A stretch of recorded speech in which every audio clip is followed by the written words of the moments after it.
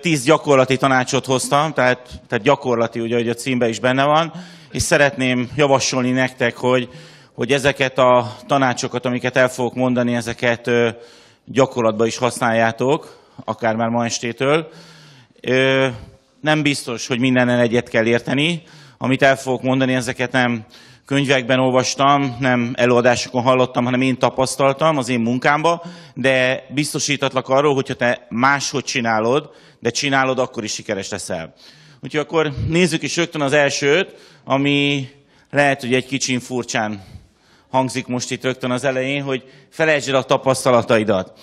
Azt szeretném neked javasolni, hogyha hazamentél innen ma, vagy holnap, vegyél elő egy fehér lapot, és írd össze azokat a dolgokat, nagyon könnyen fog menni, hogy mit gondolsz, miért nem tudod megcsinálni ezt az üzletet. Miért nem tudsz sikeres lenni? Írd össze ezeket a dolgokat, nagyon könnyű helyzetben van szerintem mindenki, 1000 ilyen okot tud írni.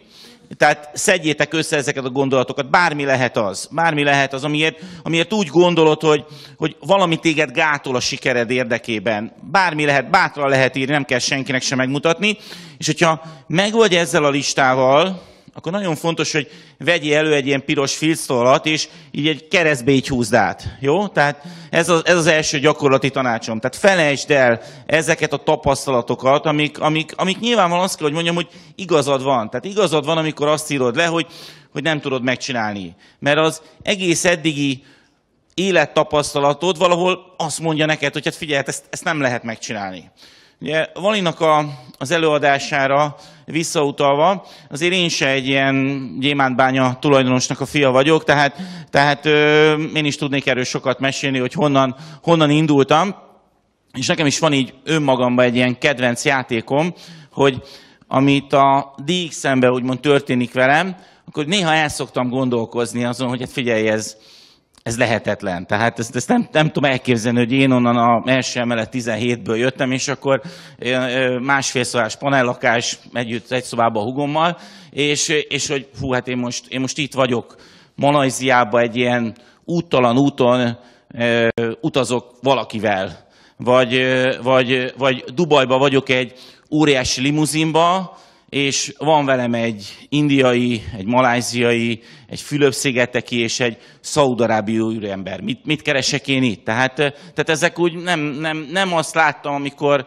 jártam az általános iskolába, vagy az esti gimnáziumba, hogy hát ez a távlat. Tehát és azt gondolom, hogy bátran, nyugodtan írd össze azokat a dolgokat, ami miatt úgy gondolod, hogy hát figyelj, az én élettapasztalatom azt mondja, hogy hát ez nekem nem jöhet össze.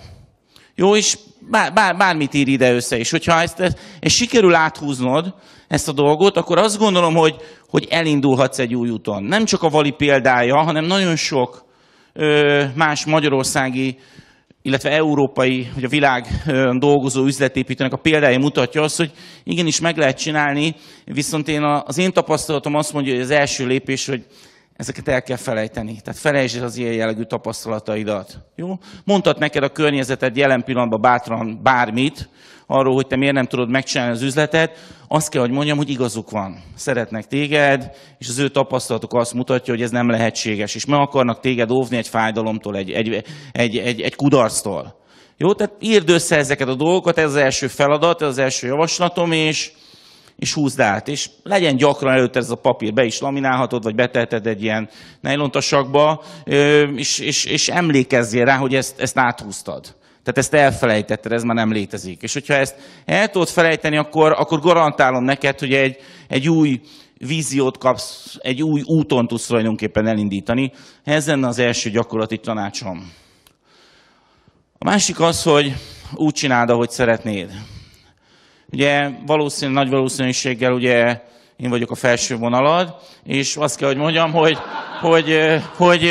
hogyha neked nem tetszik ez, amit most itt hallasz, akkor semmi gond. Tehát hangsúlyozom, ettől még nagyon sikeres lehetsz.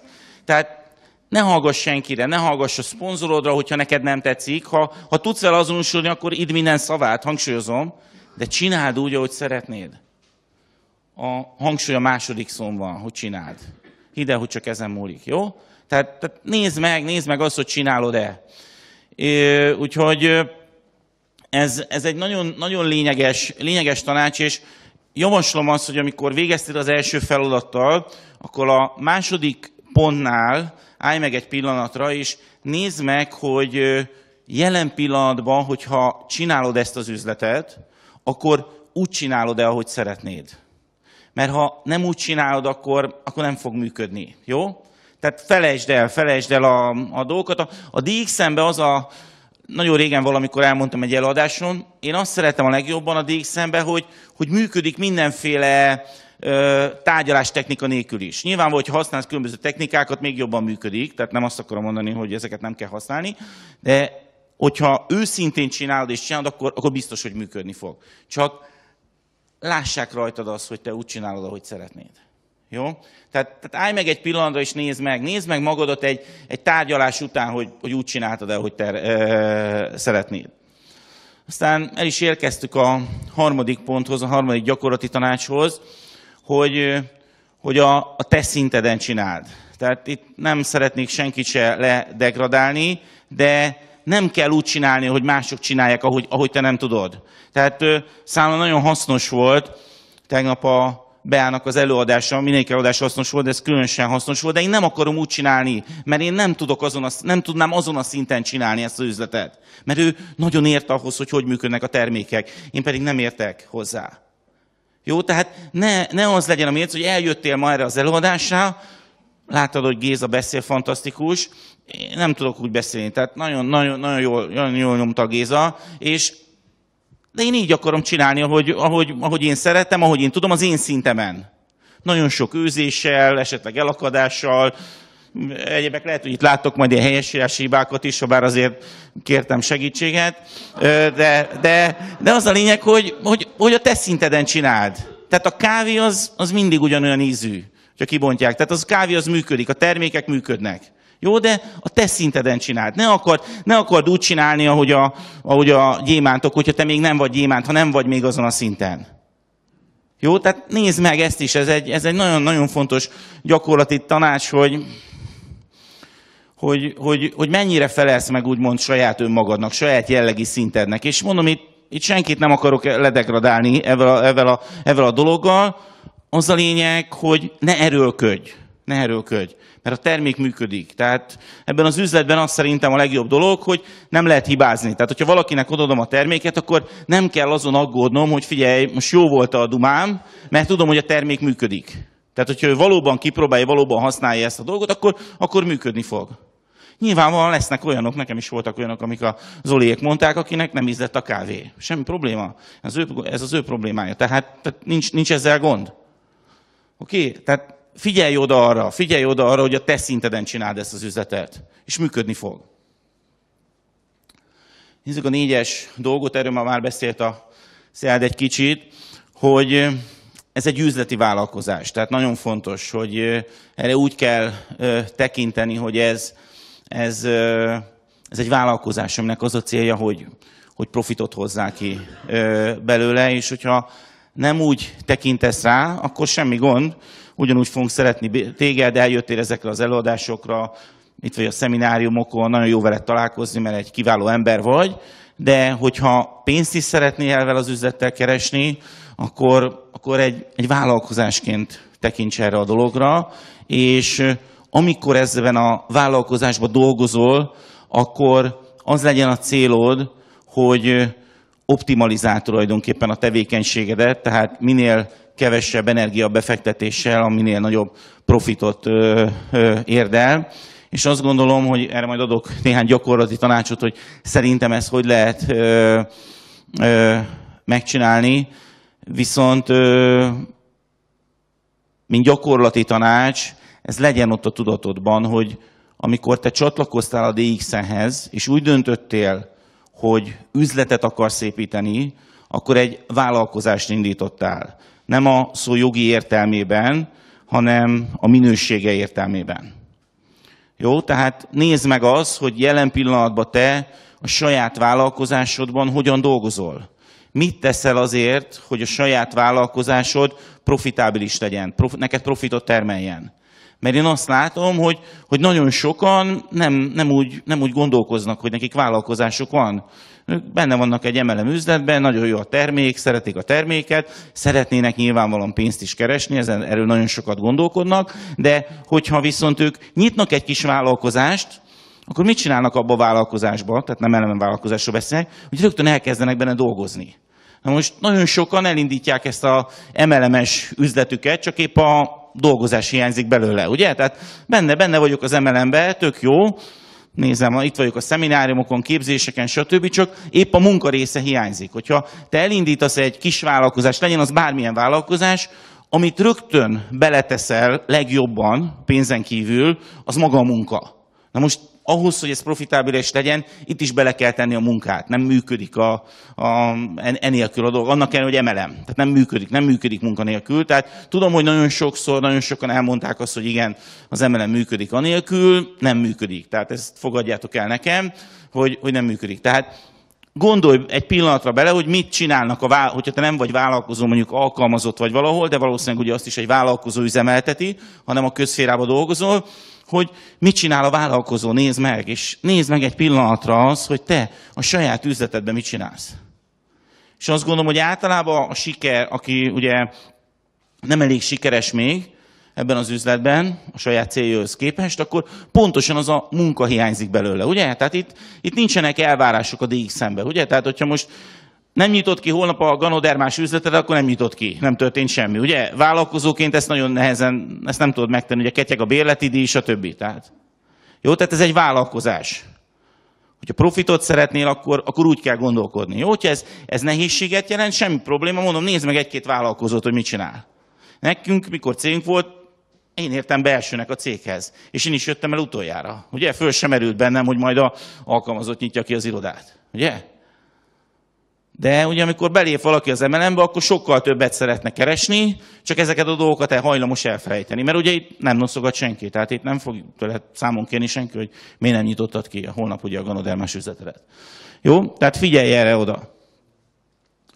A következő nagyon nagy tévhit szerintem az MLM-be, és én ezt fokozottan tapasztalom, mert nagyon sokan megkeresnek, hogy hú, hát Laci, te nagyon sikeres vagy, hát akkor én hozzád szeretnék csatlakozni, mert akkor én is sikeres leszek. Nem így van. Nem így van. A te sikered az rajtad múlik, nem a szponzorodon. Jó, és nem a felső vonaladon. Nagyon jó, hogyha van egy kiváló felső vonalad, nagyon tud segíteni, de remélem ezzel nem építek le senkit. A te sikered a saját magadon múlik. Ez nagyon fontos, és tehát nem a szponzorottól váld a csodát, ugye? Nagyon sokan eljönnek hozzám, elmondtam, hogy adjak neki tanácsot. Nem tudok neki tanácsot adni, mindent elmondtam a képzéseken az elmúlt 5 évben, akkor tudok valakinek segíteni, hogyha elmondja, hogy mit csináltam múlt héten. És akkor általában itt ugye megakad a folyamat, mert nem sok minden történt a múlt héten. Jó, tehát szerintem ez egy nagyon nagy tévhit, hogy a sikered a szponzoron múlik az MLM-be. Sokat segíthet, hangsúlyozom, sokat segíthet. Nagyon jó modell, nagyon jó üzleti modell az MLM, mert a szponzorod nagyon érdekelt abban, hogy te sikeres legyél, de a te sikered az rajtad múlik, senki máson. Nem a körülményeiden, nem a környezeteden, csak saját magadon múlik, jó? Ezt érdemes esetleg fölírni, hogyha valaki vizuális típus, kiírni a szobádba, a dolgozó szobádba, vagy a füzetedbe, a naptáradba, és lehet esetleg ez a telefonodnak a kezdőképernyője, hogy mikor bekapcsolod, lássad ezt a dolgot, mert ez fontos tudatosítani. Senki máson nem múlik a sikered, csak saját magadon. Főleg egy ilyen vállalkozásban, mint a DX-en, ahol minden adott. Most már itt Európában minden adott, nem hivatkozhatunk semmire. Oké? Nagyon gyorsan haladok. Úgyhogy menjünk. Aztán a következő dolog, hogy a bónusz az a forgalomból jön. Tehát nem máshonnan. Tehát nem a kitűző generálja a forgalmat, és a bónusz sem. Tehát a bónusz az a forgalomból jön. Ugye lehet hallani ugye olyan véleményeket, hogy hát nem keresek eleget ebben az üzletben, pedig már ilyen szinten vagyok, már ennyi ideje itt vagyok. Tiszta matematika a dolog, nincs elég forgalom mögötted. Tehát, hogyha ne a DX-be keresd a hibát, ne a körülményeidbe keresd a hibát, hanem nézd meg a számaidat. nézd meg, hogy mekkora a forgalmad. Ha bárki azt mondja, hogy másik MLM üzletben nagyobb pénz van, és ő többet keresett, akkor nézd meg az ő forgalmát. És biztos vagyok benne, hogy nagyobb lesz az ő forgalma. Ha megnézed én a DXN-nek a visszaosztását, tehát az, hogy SV alapon, tehát az SV értéke mekkora a nettó törzsvásárlói árhoz képest, és ezt másik MLM cégek ki tudják fejezni, akkor nagyon ott van a DXN a toppon. Nagyon jó a visszaosztási arány. Most itt nem a pilótajátékokról beszélek, hanem a valós termékforgalmazó cégektől. Tehát nagyon fontos, a bónusz a forgalomból jön. Tehát, hogyha arra panaszkodsz magadba, hogy figyelj, nem elég a bónuszom, itt vagyok már egy ideje, dolgozok, mint a Güző, és hát nem elég a bónuszom, akkor valamit rosszul csinálsz, és hát nézd meg, nincs mögötted forgalom. Sajnos erről van szó. Oké, tehát forgalmat kell növelni. Forgalmat kell növelni ahhoz, hogyha magasabb bónusz szeretnél. Jó, tehát ez fontos, ez egy ilyen nagyon lényeges gyakorlati tanács, mert hajlamosak elfejteni, hogy azt még humán ilyen kitűzőn van. Ugye ez egy kicsit nem annyira reális a DXN. Nagyon jó dolog az, hogy el lehet érni kitűzőket, de ugye, hogyha valaki itt van ebbe az üzletbe, és talál néhány vásárlót, akkor előbb-utóbb gyémánt lesz. Ami nagyon, nagyon szép dolog, mert talált néhány vásárlót. De ez még nem azt jelenti, hogy ő neki gyémánt szintű bónusza van. Forgalom kell hozzá. Jó? Tehát ez fontos tisztázni az alsó vonalat, hogy nem a marketing tervvel van probléma, nem a termékkel van probléma, hanem nincs mögötte forgalom. Tehát amikor valaki azt mondja, hogy ő ennyit keresett egy másik cégbe, akkor ott csinált egy forgalmat. Lehet, hogy nagy csomagok gyors értékesítésével csinálta, de csinált egy forgalmat. Egyik MLM cég sem karitatív szervezet ezen a területen. Mindenki a forgalom után fizet. Nézzük a 7. dolgot. Kicsit visszautalnák a vállalkozáshoz, hogy ez egy vállalkozás. Én azt gondolom, hogy 3 nagyon egyszerű lépés van ahhoz, hogy te nagyon profin tudjál itt dolgozni. Az első, hogy meg kell tervezni. Feltennék egy kérdést, nem szoktam, de most megpróbálom, hogy kinek van a jövő hétre már 10 időpontja leegyeztetve, 10 tárgyalása, hogy föltenni a kezét. Van ilyen a teremben? Igen, az is oké, tehát akkor az is él. Jó, oké, így van, oké. Jó, kinek van olyan, akinek 5? Oké, a kevesebbet nem akarok kérdezni, tehát erről beszélek. Jó, tehát hogyha szeretnél valamit elérni, akkor tervezd meg.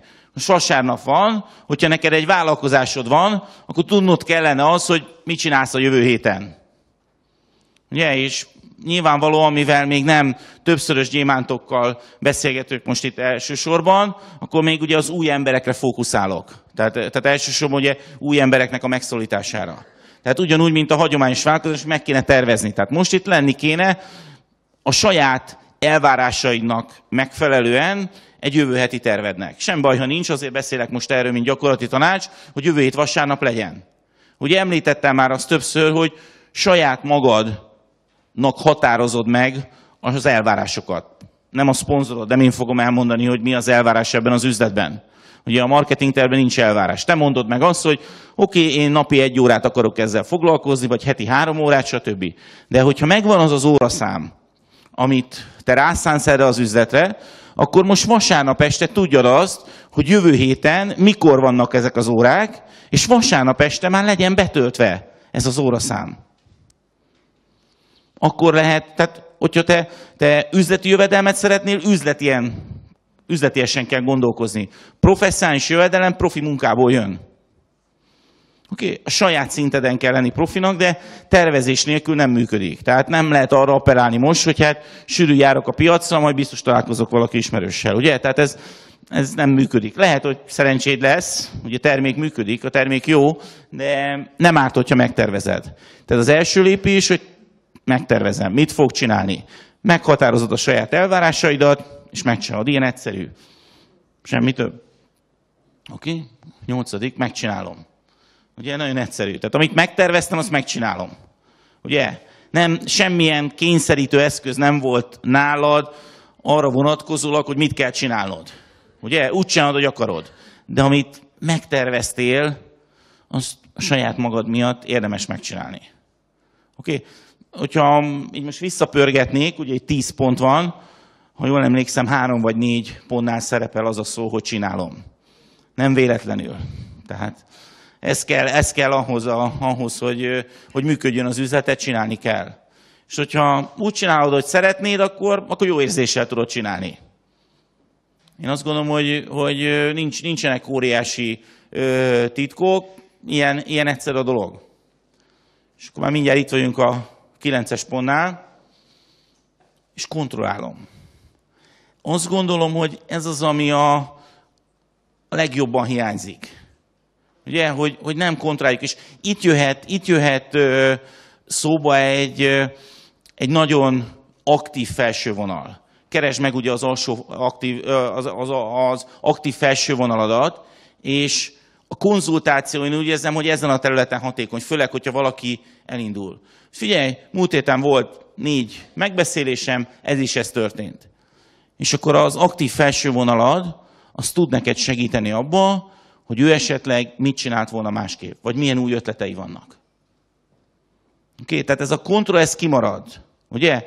A vállalkozások esetében, ugye egy hagyományos vállalkozásnál, ugye a leggyakoribb kontroll, ugye az a könyvelés, ugye? Tehát, hogy oké, volt ennyi bevétel, ennyi kiadás, akkor most tehát mit kellene csinálni? De ugye egy MLM üzletben ilyen nincs ebben a formában, és akkor ez a kontroll úgy elmarad. Tehát, sőt, ugye nagyon sokszor a tervezés is elmarad, és akkor úgy csinálgatunk valamit, és akkor nem értjük, hogy miért nem működik a dolog. Holott mindent tudunk az üzletről, mert az összes szemináriumon itt voltunk, megnéztük az összes hanganyagot, képzést, minden a birtokunkban van, saját terméktapasztalataink vannak, csak épp ez a 3 dolog így valahogy összemosódik, ugye?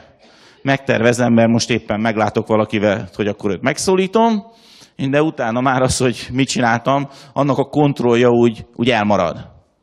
Jó? Tehát próbálj csak ki 1-2 hetet ebben a vonatkozásban, hogy megtervezed, hogy mit fogsz csinálni, meg is csinálod, a lehető legjobb tudásod szerint, és utána időt töltesz azzal, hogy kontrollálsz. Hogy megnézed, hogy azt, amit csináltad, azt hogyan csináltad. A saját elvárásaidnak mennyire tudtál megfelelni. Mi a mai napig nagyon sok időt töltünk ezzel.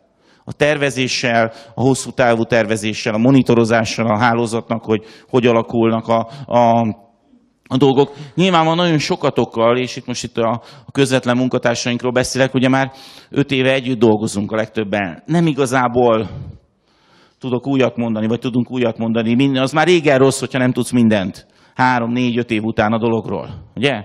Nyilván lehetnek kérdések, hogy szállítunk-e most éppen elefántcsontpartra, utána tudok nézni ennek a dolognak, te is utána tudsz nézni, hogyha akarsz, de igazából nem nagyon lehet már mit mondani. Viszont nagyon lényeges az, hogy ezt a 3 lépést, ami banálisnak tűnik, tehát most ezt belátjátok mindannyian, hogy teljesen egyszerű ez a dolog, de hogyha önmagatokban néztek, akkor valószínűleg azt kell, hogy mondjam, hogy nem biztos, hogy mindannyiatoknál ez így működik. Yeah. Pedig, hogyha ilyen egyszerű dolgokat betartunk, akkor tudunk belőle tanulni. Tehát a kontroll az szerintem legalább olyan lényeges, mint ugye a tervezés és a csinálás, mert nem az a baj, hogyha hibázol, hanem az a luxus, hogyha ugyanazokat a hibákat újra elköveted. Ugye? Mész, mint a gép, ugye csinálsz valamit, és nincs eredménye. És nem tudod, hogy miért nincs eredménye. Rossz a termék, drága a kávé, nem jó a piaci környezet, stb. Ugye ilyen dolgok jönnek. Holott szó sincs erről. A sikeres ember is ugyanezek között, a körülmények között dolgozik. Ugye? Valamit rosszul csinálsz. Ha nem tudod, hogy mit csinálsz rosszul, keresd meg az aktív felső vonaladat. Nagyon szeretném, hogyha nem tudnám elérni a jövő héten a Szabolcsot, a Józsit, a Sanyit, a többieket, mert őket hívogatjátok állandóan, és mondjátok a tapasztalataitokat, hogy figyelj, ezt csináltam, és akkor ő tud segíteni abba, hogy figyelj, akkor amikor én ilyennel találkoztam, akkor ez volt. Jó? És nyilvánvalóan nagyon sokszor föl se kell őt hívni. Ugye, mert már mikor elkezdesz azon gondolkodni, hogy hát hogy történt ez a tárgyalás, már akkor látni fogod, hogy hoppá, itt rontottam el.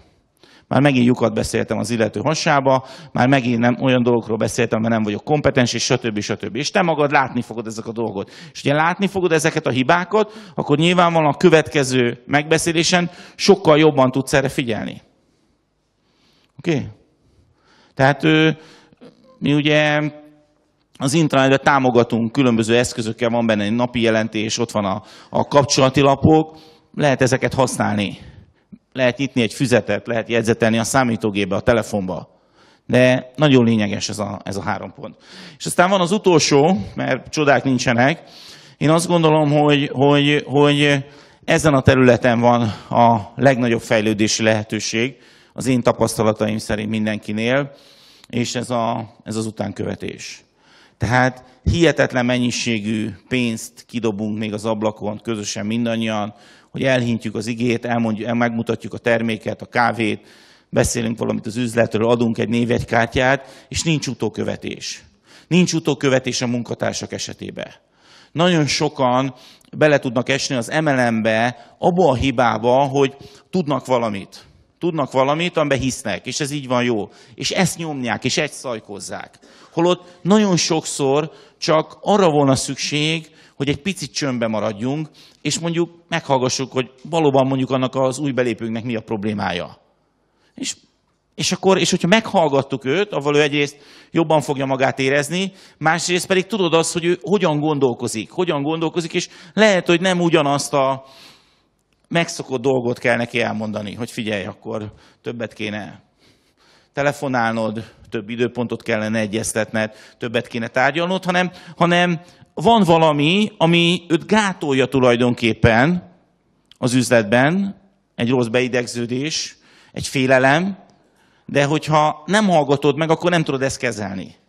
Tehát én azt gondolom, hogy szponzorként meg kell tanulni hallgatni. Meg kell tanulni hallgatni, hogy megismerd a munkatársaidat. És ugyanúgy, amikor új belépővel is, új érdeklődővel tárgyalsz, egy új ügyféllel tárgyalsz, nevezzük bárhogy, akkor is meg kell tanulni hallgatni. Én azt gondolom, hogy az üzletépítésben az egyik legnagyobb veszélyforrás, hogy nem tudunk hallgatni. És ez nagyon lényeges. Jó, tehát utókövetés. Ha már egyszer volt egy kiáramlás, akkor ne engedjem magamnak meg azt a luxust, hogy ha már egyszer csináltam valamit, akkor ezt nem követem utól. Egyre gyakrabban találkozunk olyan emberekkel, akik az elmúlt néhány évben hallottak már a ganodermás kávéról. És nem történt semmi. Azt se tudják már, hogy kitől hallottak, csak emlékeznek arra, hogy igen, ők már hallottak erről a termékről. Ugye?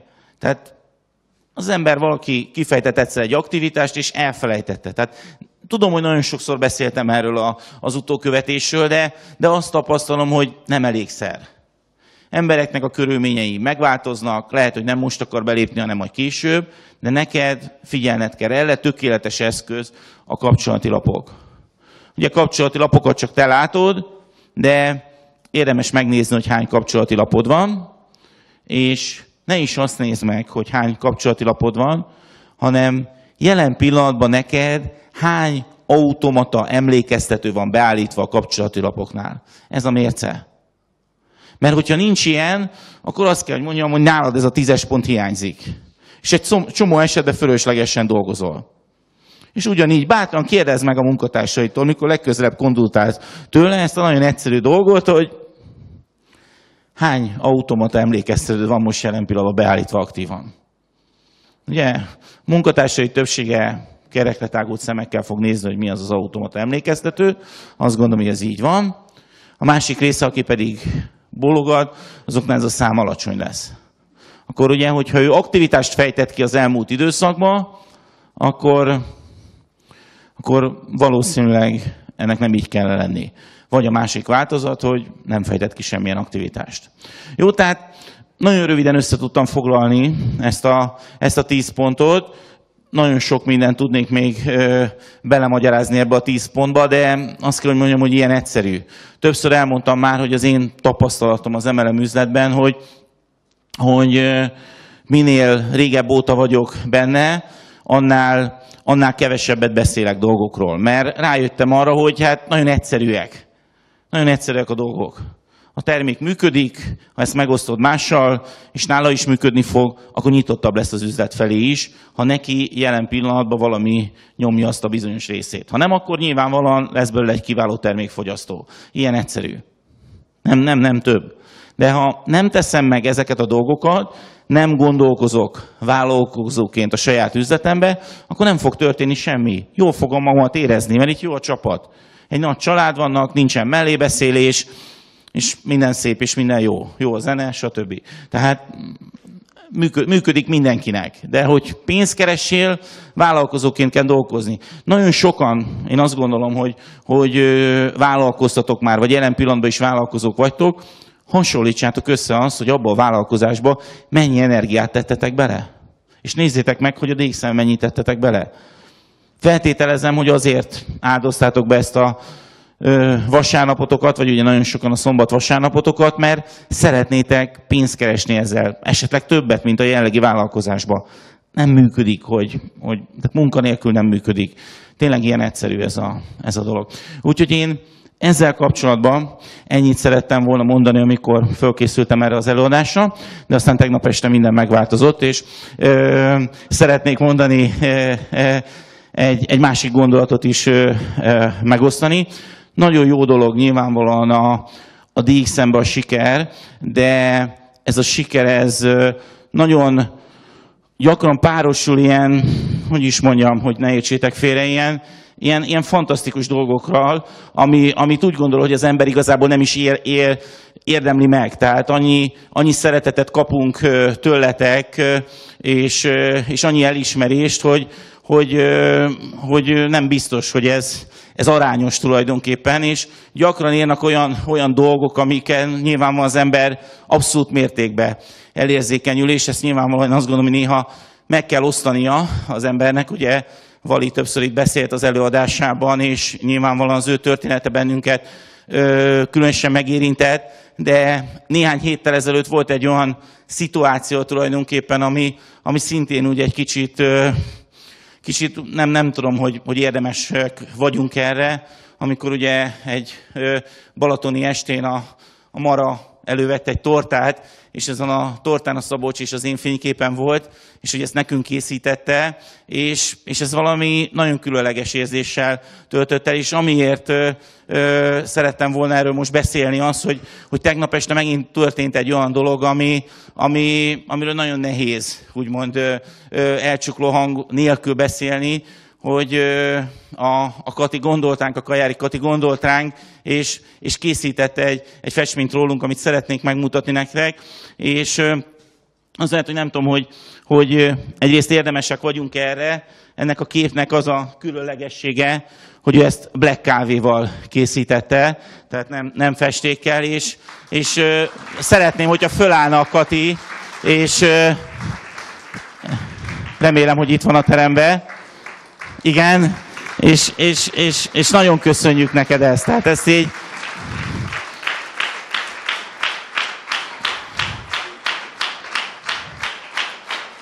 Itt majd ide fogom tenni, jó, és majd meg lehet majd nézni.